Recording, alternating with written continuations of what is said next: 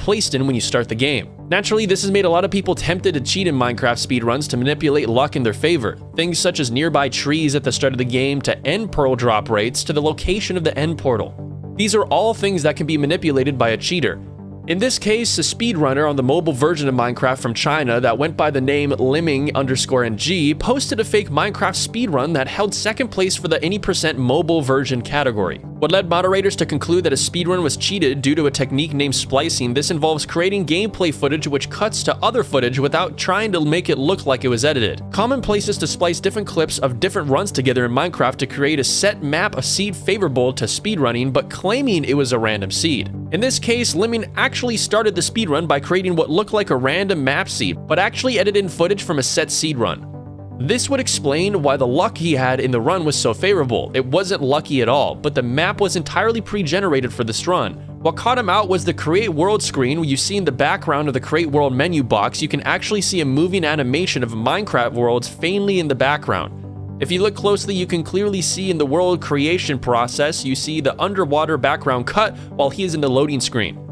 This is where moderators concluded that he spliced his run from the random seed to a set seed. This, in combination of having tremendous luck and walking directly over to the stronghold amongst other suspect behavior, made him get scrubbed from the leaderboards. Blindfolded cheat.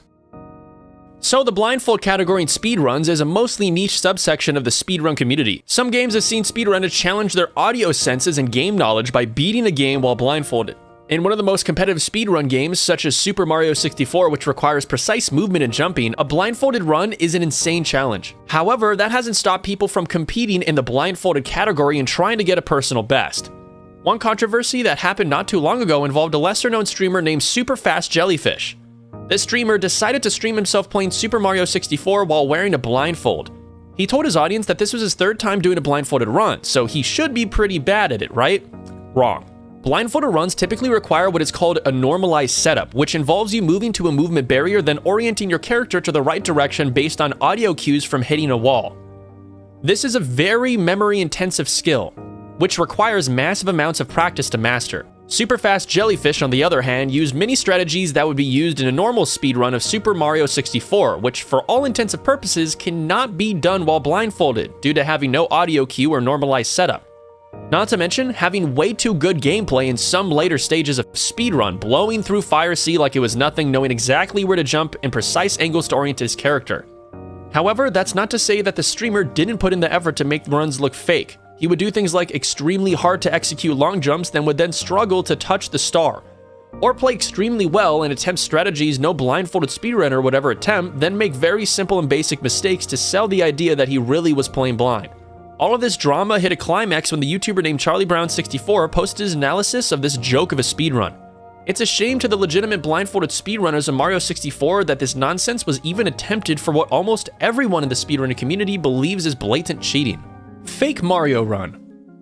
So Super Mario Bros. For the NES is one of the most competitive games ever. It has gained some of the most unforgiving conditions for speedrunning, where one mistake that costs you a frame can be the difference between you getting a record and not. In this case, a giant channel based in Mexico created one of the worst fake speedruns of all time. There are a number of things that are off. One being the fact that the heart rate monitor is obviously fake, as it only goes from 85 to 89. My guess is that this video is trying to replicate another famous Mario speedrun video made by Darbian, which also had a heartbeat monitor, although they didn't even try to make it look real. 2. The audio is oddly distorted, which doesn't happen playing on the NES or an emulator. This was likely done in post-production. Theorized to be done to disguise any splicing of clips.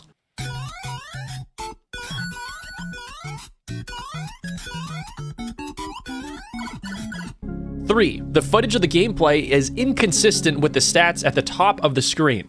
In the Underground in World 1, he collects 11 coins, yet the coins collected shows that he gained 12. This alone is enough to determine that this gameplay footage has been doctored and funny business was going on. There are many more inconsistencies and cases that gameplay footage have been stolen from other legitimate speedrunners, but the thing that annoyed a lot of people beyond all of this was the odd choice to drink Coke and eat pizza while playing. I suppose this was done to give the appearance that it's so easy for him that he can stack while getting a competitive time. This in itself is unbelievable due to the massive focus and effort needed to run Super Mario and get a decent time. This video from Badabun was widely condemned by the speedrunning community, with content creators making parodies of this fake speedrun, making Badabun the butt of the jokes of the community.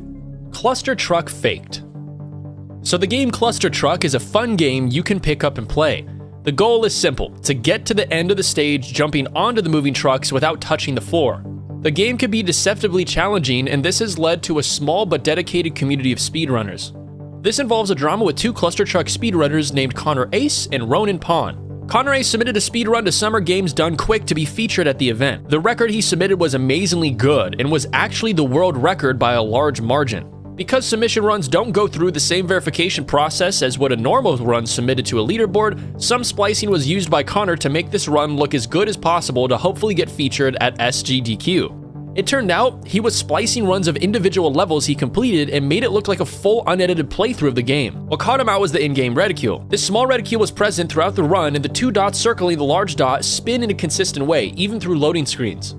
Ronan Pawn, a fellow Cluster Truck speedrunner, looked at Connor Ace's gameplay and noticed something was off. The circles spinning around the reticule would appear in places that they wouldn't normally be after each loading screen. By using an overlay to compare the placement of the circles, the gameplay footage was beginning to look extremely suspect of cheating.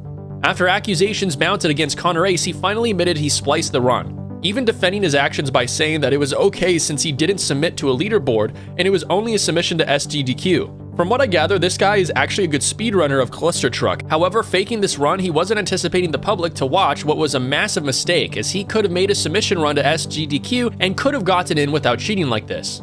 The reason why people would want to cheat in a submission run to a speedrunning event is to gain more clout and income-making opportunities from exposure. The difference between a streamer before getting a feature spawn on AGDQ or SGDQ and after is immense in terms of stream viewership, revenue, and followers. So it should be assumed that in any case where a speedrun can lead to clout, revenue, or followers, that cheating is always a possibility. Cheater plays TAS. So a Yoshi's Island speedrunner named Lee TG got caught red-handed. This was a Yoshi's Island speedrunner who made the choice to play tool-assisted speedruns on stream and pass it off as his live gameplay. Suspicion arose when he was playing in front of another top speedrunner of the game, and people were amazed at his skill level. One man even jokingly accused him of playing a TAS, which turned out to be right. Oh my god, he got it! Holy, how are you even doing? What the fuck is going on? I'm not ready for this run, Lee. The neutral, dude. In that vertical foam section. See that this is not you playing a TAS right now. I know, you didn't stop. Like, dude. What the f, dude? The neutral. Suspicions of his cheating culminated when footage of his hand cam didn't correspond with what the character he was playing did on screen. Case in point, you see his character move left to right despite his controlled pad moving no input for this movement to happen. This is a pretty bold move, as faking gameplay footage and memorizing everything that will come up in advance so you can input things on the controller in time with the movement is extremely hard. This is why hand cams are used as an extra layer of verification and is avoided by cheaters for a reason. At some point you will likely slip up and press the wrong button or forget to, and the evidence will be analyzed by the community, so in my opinion the speedrunner got a little too cocky by voluntarily adding a hand cam to his stream. This led to the moderators of the Yoshi's Island community branding this guy as a cheater. Well guys, if you enjoyed this video, please like and subscribe for more speedrunning videos like this. See ya!